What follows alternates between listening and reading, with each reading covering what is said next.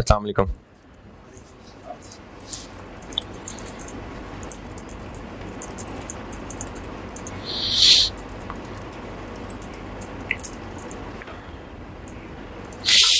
दुरूद शरीफ।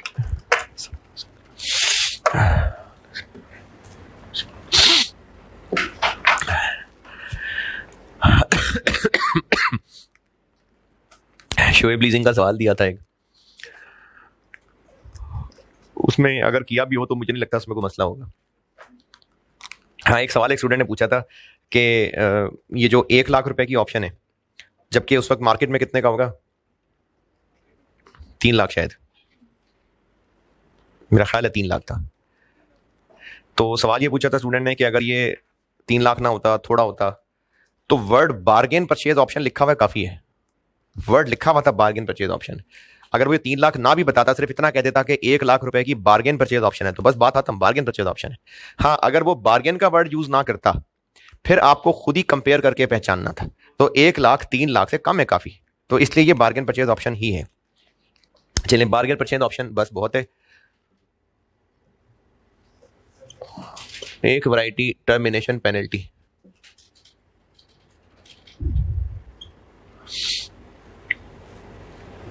Termination penalty, एक तो इसका असर पड़ता है यूजफुल लाइफ पे। यूजफुल लाइफ कहां से आ गई, लीज टर्म। लीज टर्म में इसका क्या इंपैक्ट होता है कि अगर हमें रीजनेबल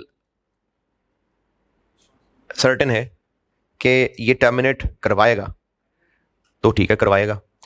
और अगर रीजनेबल सर्टेन है कि टर्मिनेट नहीं करवाएगा, तो नहीं करवाएगा। और अगर अनसर्टेनिटी है,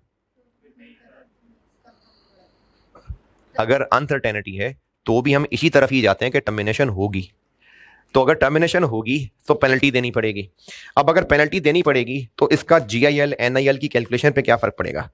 टर्मिनेशन पेनल्टी चूंकि लीज पेमेंट्स की डेफिनेशन का हिस्सा है, तो जब आप PV ऑफ GIL निकाल रहे होंगे,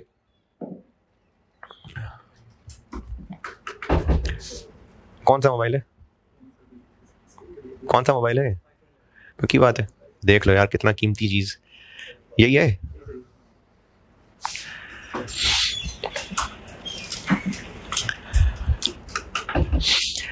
तो एक तो इसका काम ये होगा कि जब आप डिस्काउंटिंग कर रहे होंगे तो इसकी भी डिस्काउंटिंग करनी है। फिर लीज कैजुअल बनाते हुए इसकी पेमेंट कहाँ आनी है, सबसे आखिर में। तो बिल्कुल जैसे BPO का बताया था ना, सेम सब वही है।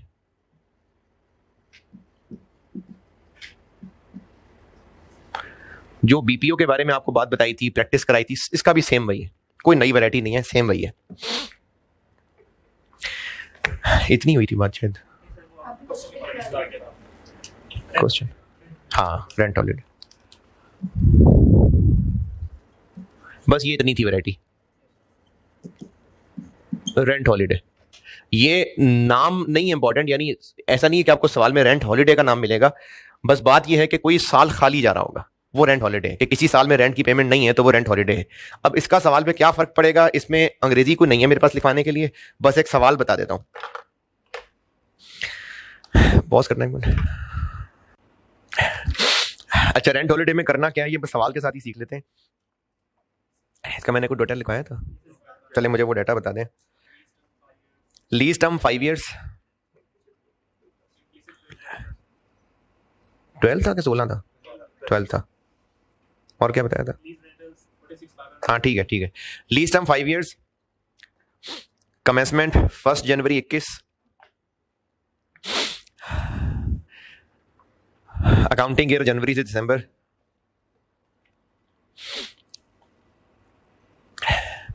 Implicit rate 12%, 12%,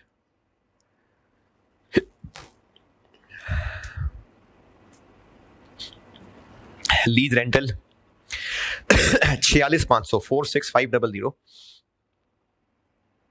46,500, payable at end of year, payable at end of year.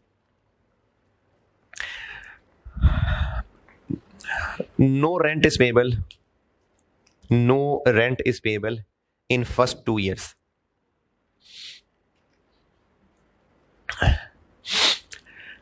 मुझसे रिक्वायर्ड है extracts of income statement, extracts of SAFP, general entries, for the year ending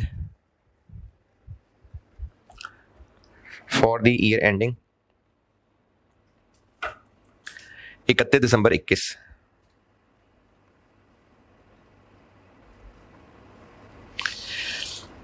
चले पहली एंट्री का एनआईएल तो निकाले ना पहले। पहली एंट्री के लिए एनआईएल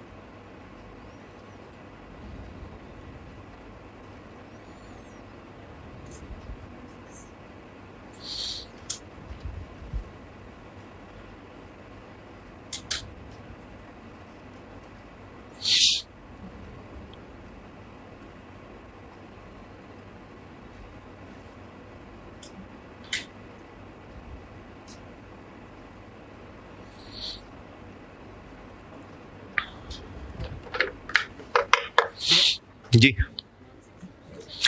16 111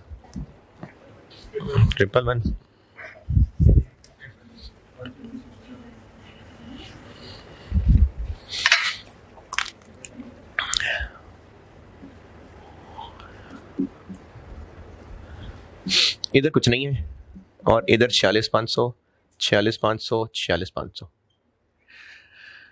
अब जब इस पे पावर 3 डिस्काउंटिंग लगाएंगे तो उसका जो आंसर पहुंचेगा वो यहां पहुंचेगा, फिर उसको 2 साल और डिस्काउंट करना पड़ेगा। तो एनआईएल बन जाएगी पहले दिन की 46,500 पावर 3 डिस्काउंटिंग, इसका आंसर यहां पहुंचेगा, फिर उसको 2 साल सिंगल अमाउंट डिस्काउंटिंग फिर करनी पड़ेगी। 8935 ये है एनआईएल पहले दिन की। लीज टर्म 5 साल है, कैश फ्लोस 5 नहीं कहा मैंने, लीज टर्म 5 साल है और 2 साल छुट्टी है तो इसका मतलब कैश फ्लोस 3 है। तो पहली एंट्री बन जाएगी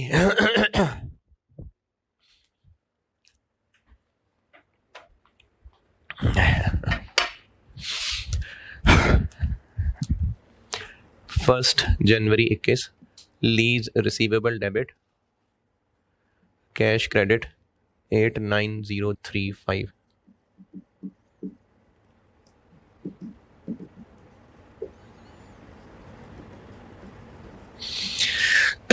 अच्छा यहां पर एक सवाल मतलब मैं स्टूडेंट होता तो मेरे ध्यान में तो आता कि कैश क्यों क्रेडिट हो रहा है इसकी पीवी से, क्योंकि आज लेसर की जेब से इतने ही पैसे जा रहे होंगे तभी तो वो कल को इनकी रिकवरी इस शक्ल में कर रहा है। यानी आज उसकी जेब से जो एसेट के पैसे जा रहे होंगे प्लस जो आईडीसी जा रहा होगा इतना ही पैसा उसकी जेब से जा रहा होगा।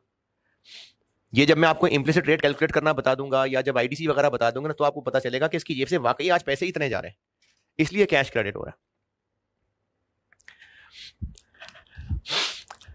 तो initially lease receivable debit cash credit. अच्छा हाँ वो शुएब लीजिंग वाले में से एक सवाल याद आया, एक बच्चे ने आके पूछा था कि डेप्रिसिएशन की एंट्री क्यों नहीं हुई।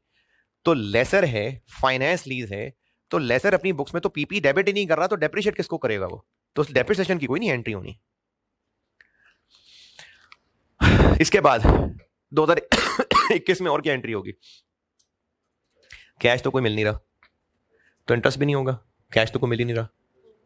इंटरेस्ट होगा क्योंकि जब डिस्काउंटिंग होगी तो वापस आगे बढ़ते हुए इंटरेस्ट आएगा, क्योंकि डिस्काउंटिंग क्या होती है कि इनको हम निचोड़ के इनमें से हवा निकाल के इनको यहां ले आते हैं, फिर जब टाइम गुजरता है तो उसमें हवा भरते हैं, तो वो जो हवा भरते हैं वो इंटरेस्ट इनकम होगी, तो 31 दिसंबर पे इंटरेस्ट इनकम आएगी। Lease receivable debit, interest income credit, कितनी, ये टेबल से बनाता हूं।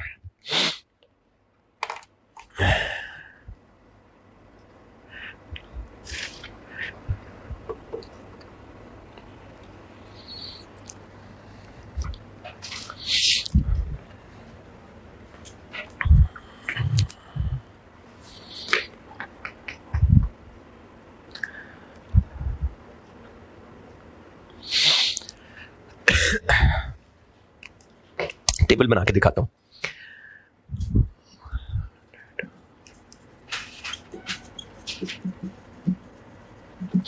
अच्छा, रेंट हॉलिडे में आपने करना यह है कि जो साल खाली हैं बीच में, लाइन उनकी भी बनेगी, पेमेंट नहीं आ रही होगी बस, जैसे 31 दिसंबर 21, 31 दिसंबर 22, लाइन बनेगी इनकी, पैसे नहीं है, जीरो। लाइन क्यों बननी है? इंटरेस्ट के लिए। तो जो रेंट हॉलिडे का सवाल अगर हुआ, यानी कोई बीच में साल खाली आ रहा हुआ, तो लाइन बनेगी उस साल की, पेमेंट उसमें जीरो आएगी, बाकी सवाल वैसा ही है।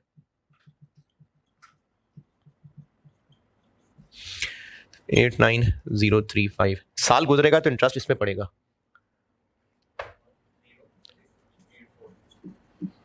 पेमेंट कोई नहीं है। 99719, इसी तरह से अगले साल भी इंटरेस्ट इस पे पड़ेगा, पेमेंट कोई नहीं है। 966, पेमेंट कोई नहीं है। 1111685,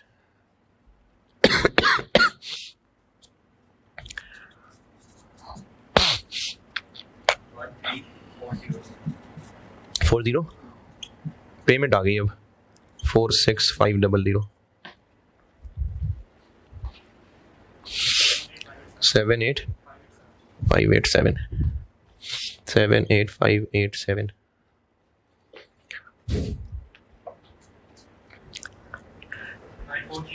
9430, 46500,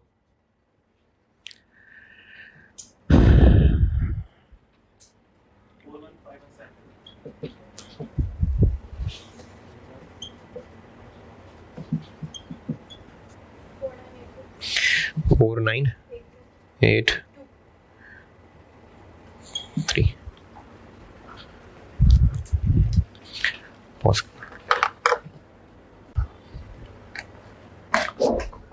तो 2021 की इनकम हो गई 10684।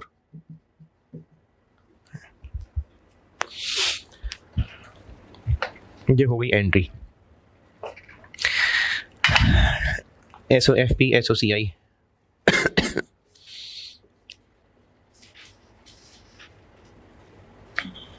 SOCI में क्या आएगा?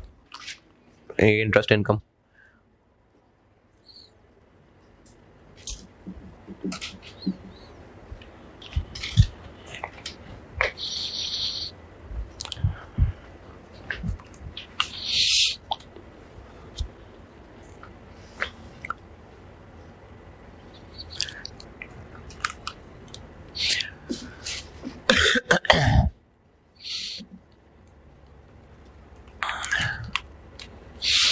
नॉन करंट एसेट्स में कितना और करंट एसेट्स में कितना।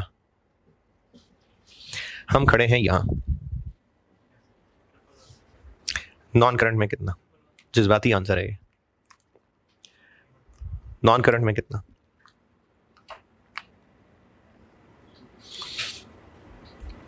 अच्छा चलिए, करंट में कितना? चलिए, करंट में कितना?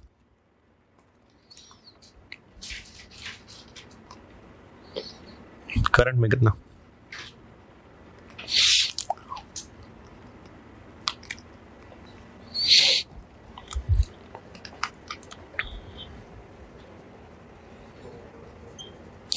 करंट में कितना?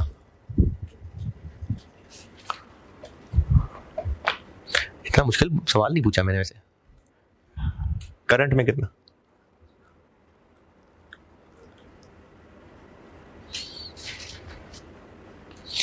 जीरो।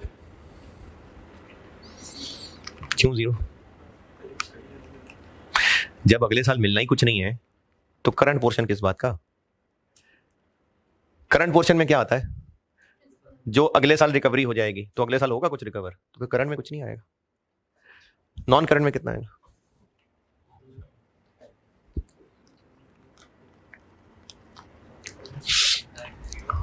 है? अच्छा,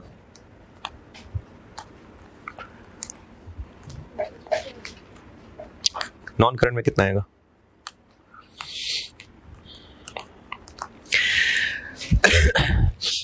हम यहां खड़े हैं, मैंने बताया था कि अगले साल की लाइन में देखना है, वो नॉन करंट में, बाकी करंट में। तो ये बात हो रही थी जो ईयर एंड का लेजर बैलेंस है उसको तोड़ना होता है, उसमें से इतना करंट और इतना नॉन करंट। तो जब इसमें से करंट कुछ है ही नहीं तो यही सारा का सारा नॉन करंट है। 111 तो अभी बना ही नहीं है ना। 111 तो तब बनेगा जब अगले साल का भी इंटरेस्ट आ जाएगा। अभी रिसीवेबल है ही 99 और हम उसमें से कोई करंट पोर्शन नहीं बता रहे, तो सारा का सारा नॉन करंट है।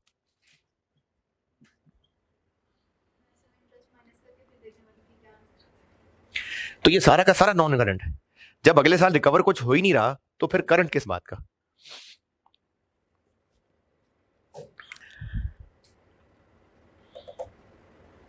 अच्छा, वैसे तो इस सवाल में ये रखूंगा तो मैं फिगर टैली नहीं करेगी, लेकिन सिर्फ समझाने के लिए बता रहा हूं। अब क्या फर्क पड़ेगा अगर यहां पेमेंट होती 1000 की बस, तो भी करंट में कुछ ना आता, क्योंकि अगले साल ये जो पैसा मिलेगा, लेंडर हमेशा पहले अपना इंटरेस्ट पूरा करता है। तो ये इसमें से मिल रहा होगा, इसमें से कुछ नहीं मिल रहा होगा। अब इसके लिए ना मैं फार्मूला बना देता हूं आपको। मैंने आपको एसओएफपी में एक फॉर्मेट बता के कहा था कि 2-3 लाइनों की जगह छोड़ लें।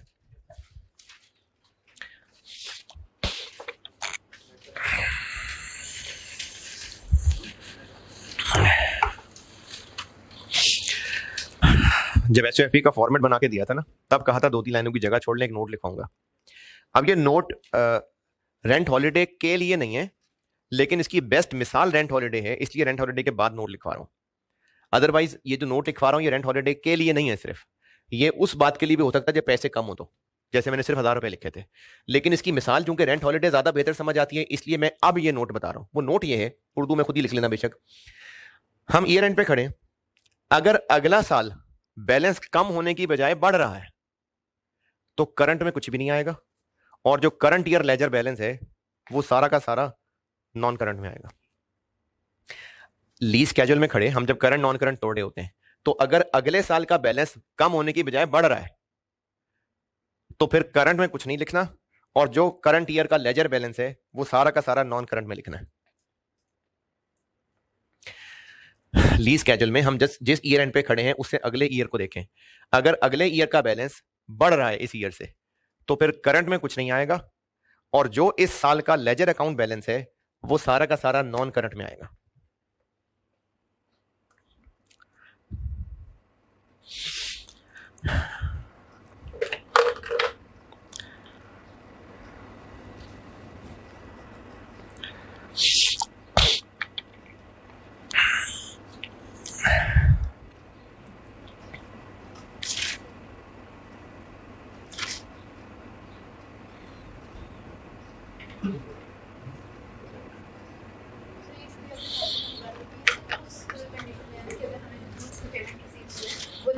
हाँ, इंटरेस्ट ज्यादा है पेमेंट कम है, तो भी ये बढ़ ही रहा होगा।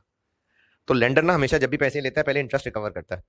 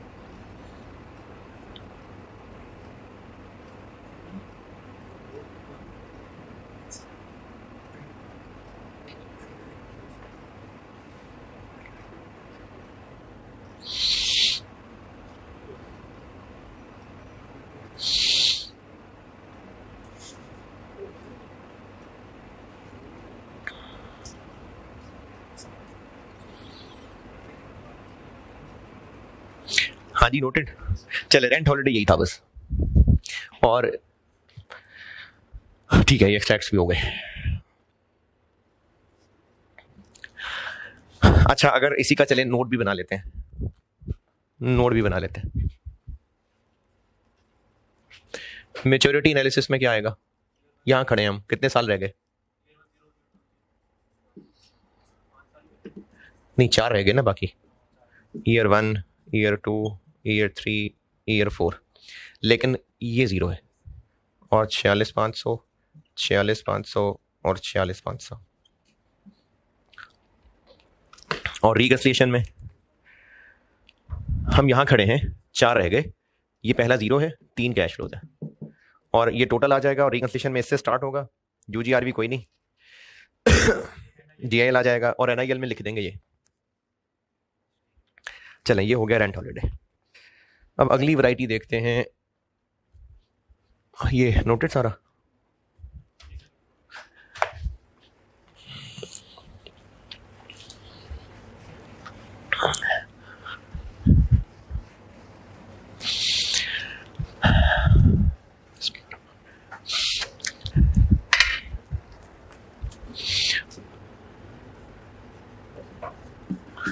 अगर क्वेश्चन में जीआरवी यूजीआरवी आ जाए तो क्या फर्क पड़ेगा?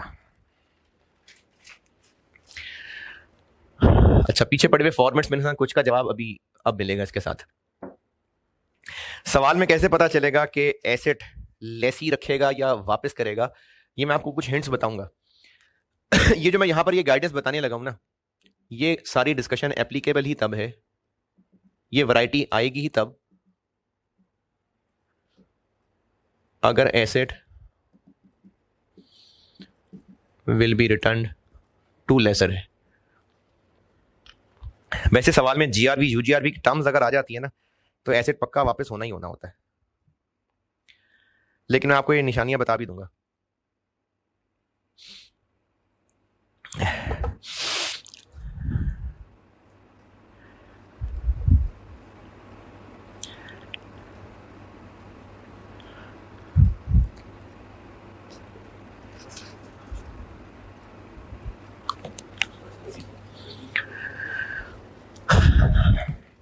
अच्छा एक काम तो ये होगा कि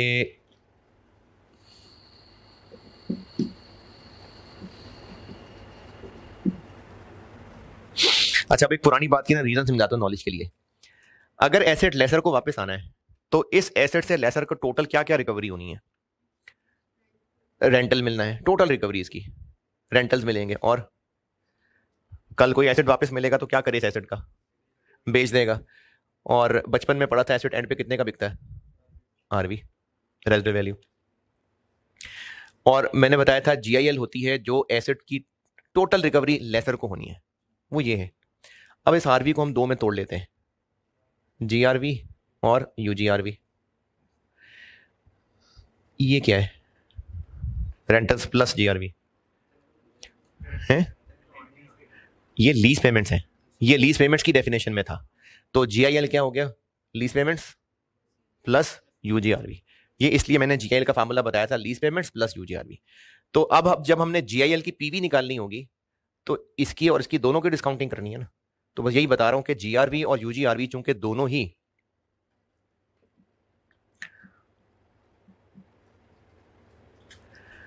ये दोनों जीआईएल का हिस्सा हैं, तो ये बच्चे ना डिस्काउंट करना भूल जाते हैं।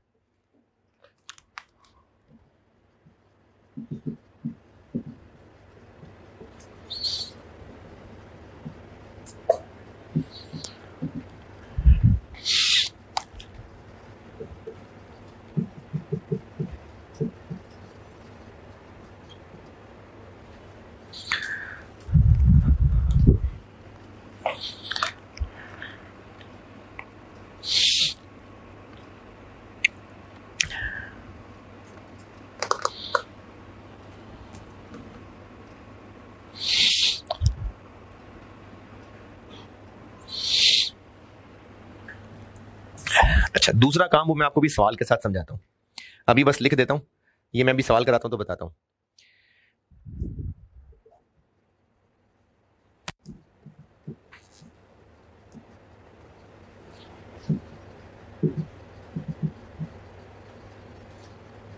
और तीसरा पॉइंट भी मैं आपको सवाल के साथ समझाता हूं।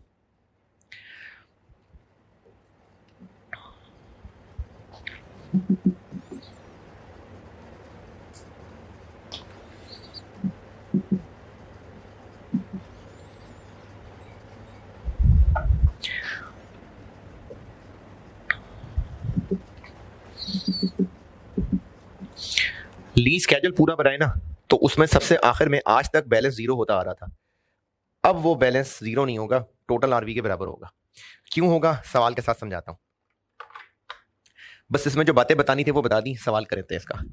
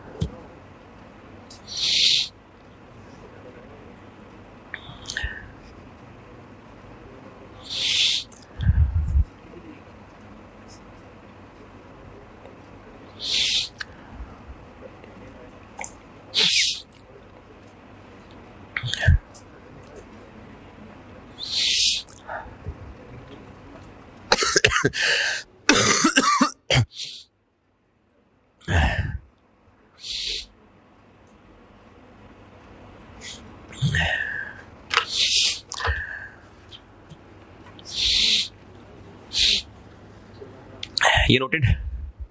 चलें सवाल लिखें। लीज टर्म 5 साल,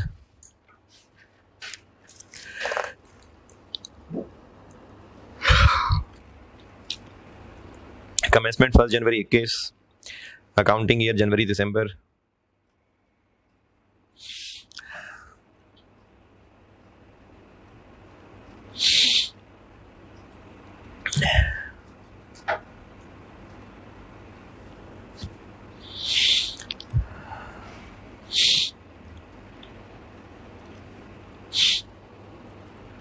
implicit rate 16%, implicit rate 16%,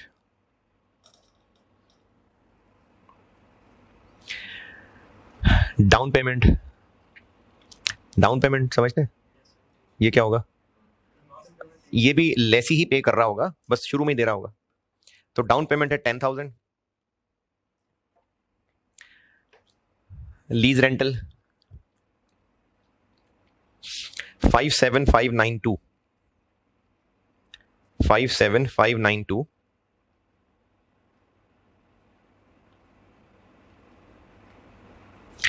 payable at end of every year, payable at end of every year.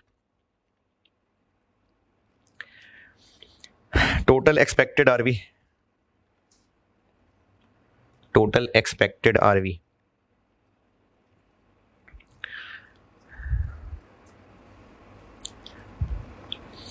24,000, 24,000। 75% of this value, 75%, 75% of this value is guaranteed to lessor.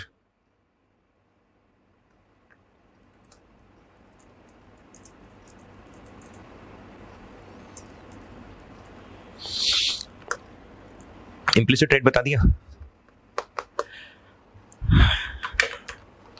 चले, मुझसे रिक्वायर्ड है सारा कुछ, entries, extract, notes for the year ending, for the year ending 31 December 21, for the year ending 31 December 21। Entries 1 जनवरी 21, lease receivable debit, cash credit कितना करें calculate? Initial एनआईएल करें calculate, initial एनआईएल calculate करें।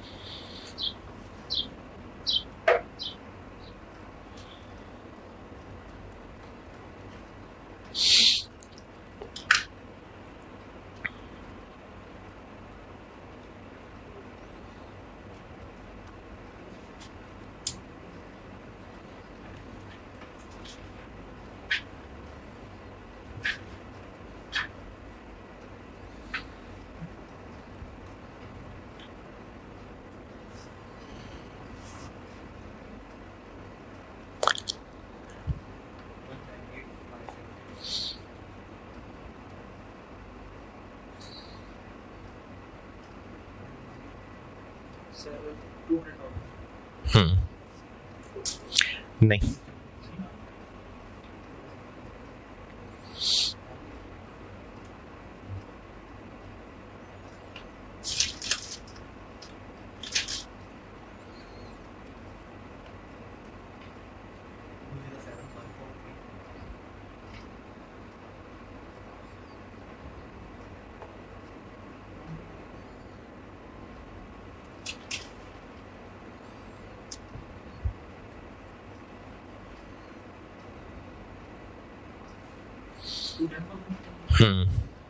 टू 10। देखें, जब हम लीज पेमेंट्स की PV निकालेंगे तो 10,000 क्या पैसे नहीं मिल रहे, वो भी लीज पेमेंट ही है, उसकी पीवी 10 ही है, ये तो आज ही मिल जाएगा। बाकी रहेंगे रेंटल्स 57592, ये हैं 5, 1 - 1 + 16% पावर -5, और जीआरवी भी है, यूजीआरवी भी है। जीआरवी कितनी है? 24,000 का 75%, यानी 18। तो 18,000 की भी डिस्काउंटिंग करनी है और 6,000 की भी करनी है, तो 18 और 6 की अलग अलग करनी है, अलग अलग कर लें। 24,000 की करनी है, 24,000 की कर लें। करना तो दोनों को ही डिस्काउंट है, 210, ये बन गई एनआईएल। तो 210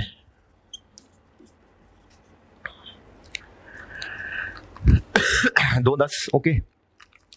और उसके बाद पहले ही दिन पैसे मिल गए, cash debit, lease receivable credit, ये डाउन पेमेंट रिसीव हो गई।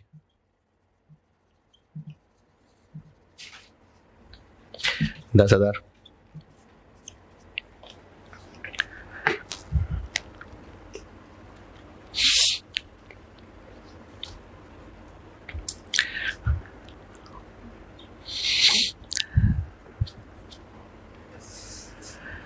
उसके बाद साल के एंड पे 31 दिसंबर 21, lease receivable debit, interest income credit,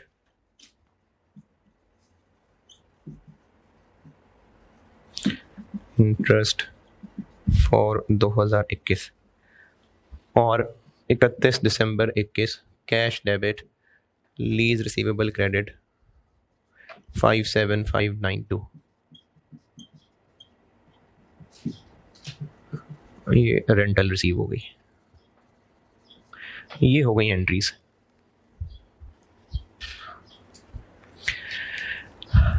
और इंटरेस्ट के लिए स्केड्यूल बनाना पड़ेगा।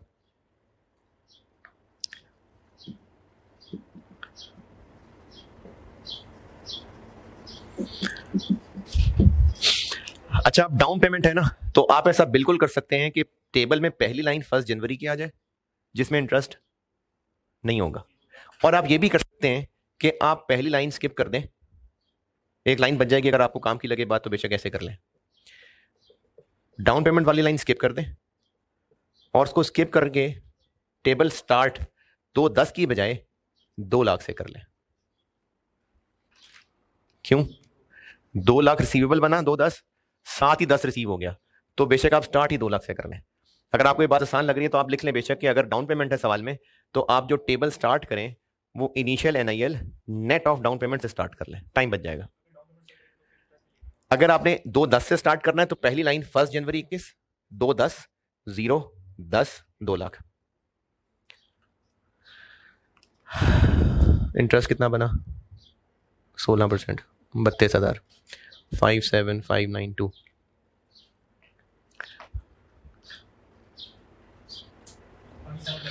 174408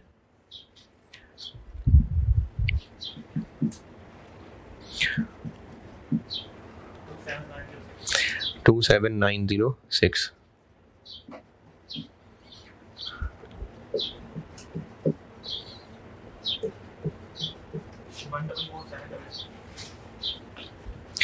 144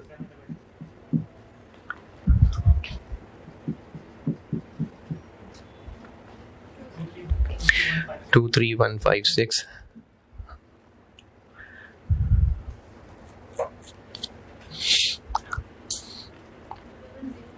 11028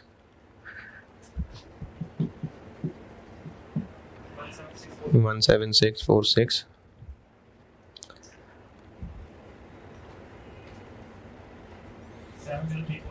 34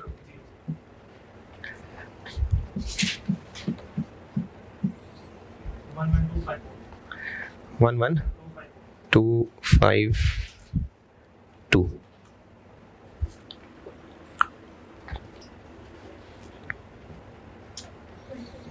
24,000। 24,000 क्यों बच गया, इसका भी थोड़ी देर तक मिलता है जवाब। हम खड़े हैं 31 दिसंबर 21, यहां खड़े हैं।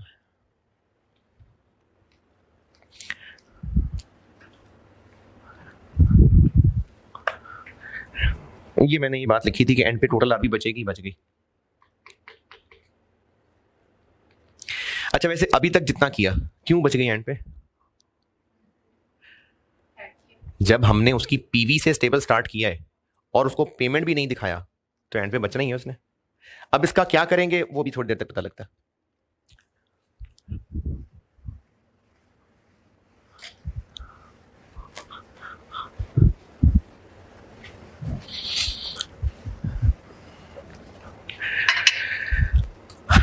एक्सट्रैक्ट्स ऑफ एसएफपी और एक्सट्रैक्ट्स ऑफ एसओसीआई।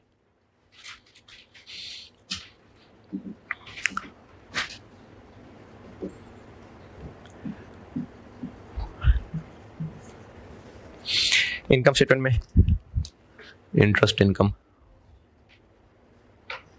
कितनी? 32,000।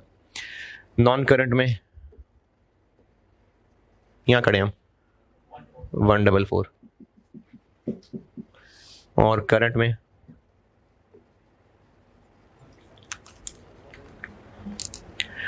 174408 माइनस 144,722 29666।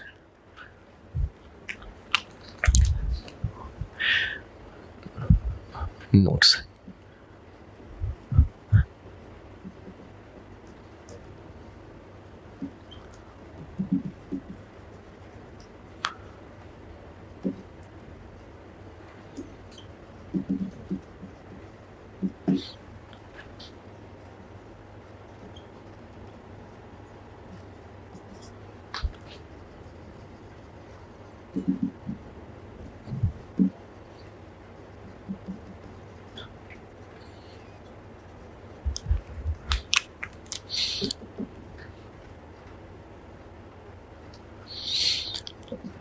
Maturity analysis. हम खड़े हैं ईयर 1 के एंड पे। कितने साल रह गए? 4।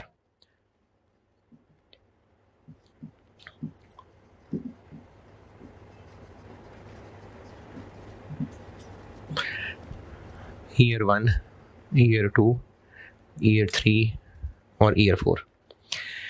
57592 57592 57592। अच्छा, ये ब्रेकअप हम बता रहे हैं रेंटल्स का या लीज पेमेंट्स का? लीज पेमेंट्स का। तो लीज पेमेंट्स में रेंटल के अलावा जीआरवी भी है। तो जब जीआरवी भी है तो वो भी तो दिखानी है इसमें, क्योंकि हम लीज पेमेंट का ब्रेकअप दिखा रहे हैं। तो वो कहाँ होगी? आखिर में। तो इसलिए आखिर में आके आप इस 57 के साथ 18 भी शामिल कर लेंगे।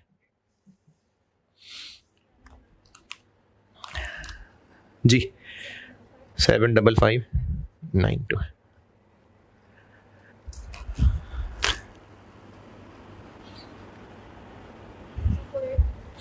24368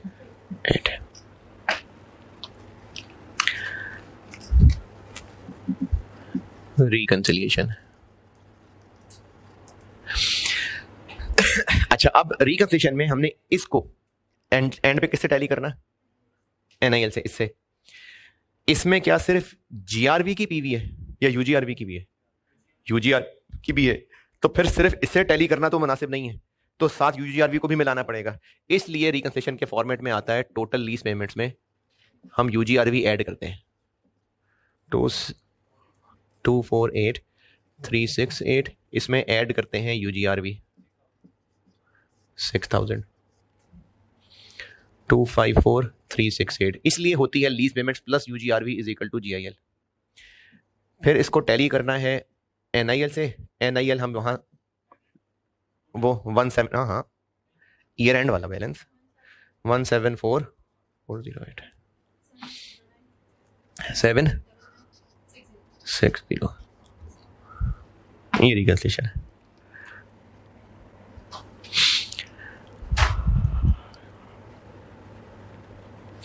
अच्छा, अभी तो टेबल बना लिया, लेकिन अब आपको मैं बताता हूं कि क्या हर दफा सवाल में टेबल पूरा बनाना पड़ेगा? नहीं, टाइम जाया नहीं करेंगे। अब ये सवाल आपके सामने मैंने एंट्रीज भी की हैं, एसओएफपी, एसओसीआई, नोट्स। क्या इस टेबल के पूरा बनाने की जरूरत पड़ी? सिर्फ 2 लाइनें। बल्कि इसको ये याद करने की बजाय कि सिर्फ 2 लाइनें, इसको ऐसे याद कर लेते हैं कि जिस साल का सवाल है उससे अगली लाइन तक बस। तो अभी तक तो हम बना रहे थे पूरा टेबल, क्योंकि मैंने आपको ये चीज इस सवाल में सिखानी थी। अदरवाइज सवाल में लीज स्केड्यूल पूरा बनाने की जरूरत ही नहीं है। जिस साल का सवाल है उससे 1 साल आगे तक बना लें, बस बहुत है।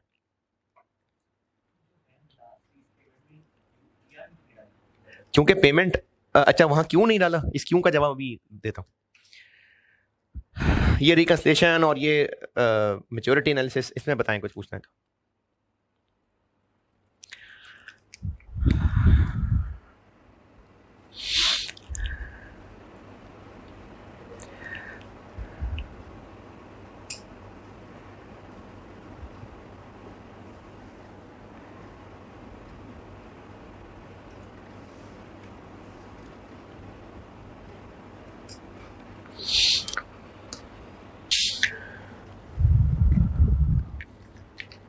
हाँ जी, इसमें पूछें जो पूछना है।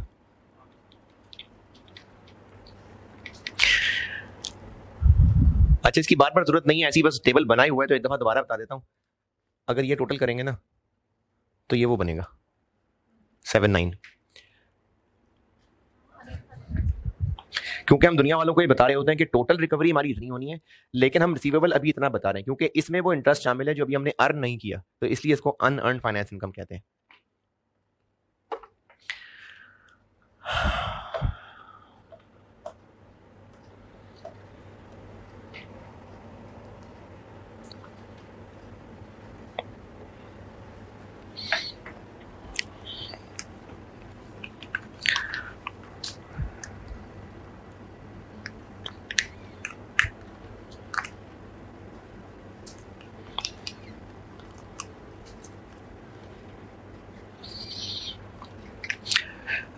यहां तक नोटेड? अच्छा, अब एक सवाल लिखें। इसी की एक और रिक्वायरमेंट एक्चुअली, यानी इसी सवाल की एक और रिक्वायरमेंट, पीछे जगह नहीं है कोई बात नहीं, आगे लिख लें। इसी सवाल की एक और रिक्वायरमेंट है। अच्छा, ये एक और रिक्वायरमेंट तो बताता हूं। एक सवाल होमवर्क है आसान सा, गैलेक्सी लीजिंग के नाम का एक सवाल होगा। Galaxy Leasing autumn 2014, autumn 2014 attempt का गैलेक्सी लीजिंग के नाम का एक सवाल होगा बुक में, वो होमवर्क है। क्वेश्चन 11, गैलेक्सी लीजिंग के नाम का ऑटम 2014 एक सवाल है, वो होमवर्क है। अच्छा, एक और चीज मैं उम्मीद कर रहा हूं आपकी कॉमन सेंस पे, लेकिन तसल्ली कर लेता हूं। 24,000 में से मैंने जीआरवी बता दी 18,000, तो यूजीआरवी कैसे निकाली? डिफरेंस लेके। अगर मैं बताता ही सिर्फ जीआरवी, टोटल आरवी यूजीआरवी का जिक्र ही नहीं करता, बस कहता 18,000 जीआरवी है, तो फिर हैं? नहीं, सिर्फ कहा है जीआरवी 18,000 है बस, ना कोई टोटल ना कोई जीआरवी, कुछ नहीं बताया। इसी को क्या करते हैं, तो बस फिर यही टोटल होती। इसी तरह अगर सिर्फ इतना कहता कि 6,000 यूजीआरवी है, कोई जीआरवी का जिक्र नहीं, कोई टोटल आरवी का जिक्र नहीं, तो वही टोटल होती। ये अंडरस्टूड बात है। अगर जीआरवी यूजीआरवी दोनों में से एक पता है, दूसरी का कोई है ही नहीं सोर्स, तो दूसरी जीरो है फिर। अच्छा, इसकी रिक्वायरमेंट ये लिखें कि general entries on return of asset, यानी जब 5 साल बाद एसेट वापस हो जाएगा तो उसकी जनरल एंट्रीज इफ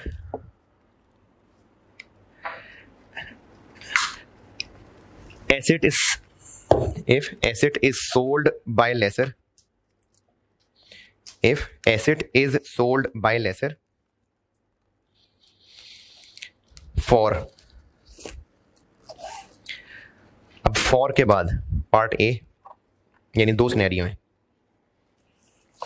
27,000 27,000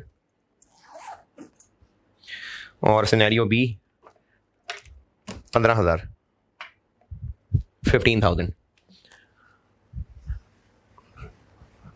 मुझसे रिक्वायर्ड है एंट्रीज। 5 साल के बाद जब एसेट लेसर को वापस आ जाएगा, तो जब ये एसेट लेसर ने खरीदा था तो पीपीई डेबिट क्यों नहीं किया था? क्योंकि फाइनेंस लीज थी और इस एसेट के substantially all risk and reward का फायदा लेस ही लेके जा रहा था, तो ये इसको किस मुंह से अपना एसेट कहता। लेकिन अब ये एसेट इसको आ गया वापस, तो अब कह ले पीपी, तो end of lease term lessor इसको पीपी कह लेगा। कितने से? Total RB. क्यों?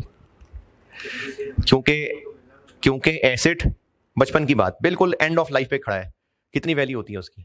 आरबी। तो इसको हम कर लेंगे 24,000 से डेबिट। इसी दिन के लिए इसमें 24 का बैलेंस बचा के रखा हुआ था। अब ये क्रेडिट होगा और पीपी डेबिट होगा, इसलिए इसमें 24 रखा हुआ था। तो लीज रिसीवेबल में इसीलिए एंड पे टोटल आरबी बची हुई थी कि उसके अगेंस्ट अब ये पीपी ले लेगा वापस, तो पीपी डेबिट और लीज रिसीवेबल क्रेडिट। और अब ये जब मार्केट में बेच देगा, तो मैंने 2 सिनेरियो बनाए। पहले में कितने का बेचेगा? 27। अच्छा, अब ये जब बेच रहा है ना, तो अब ये सिंपली अपना पीपी बेच रहा है, यानी अब लीज खत्म हो गया, लीज इधर खत्म हो गया, अब ये बस पीपी बेचना है। कैश डेबिट, एसेट क्रेडिट और प्रॉफिट ऑन डिस्पोजल क्रेडिट। और सिनेरियो बी में कैश कितने से डेबिट? 18 से। क्यों? क्योंकि इसको किसी ने गारंटी किया था कि 18 का बिकेगा ही बिकेगा, नहीं बिक सका तो वो अपनी जेब से पूरे करके देगा, लेसर को तो पूरे 18 ही मिलेंगे।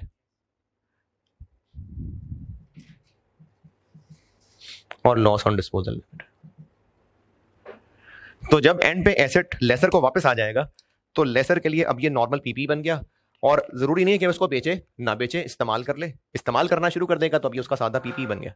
तो इसलिए एंड पे टोटल आरबी बचती है, क्योंकि इसके अगेंस्ट लेसर ने एसेट रिसीव करना होता है। चले ठीक है जी, अल्लाह हाफिज।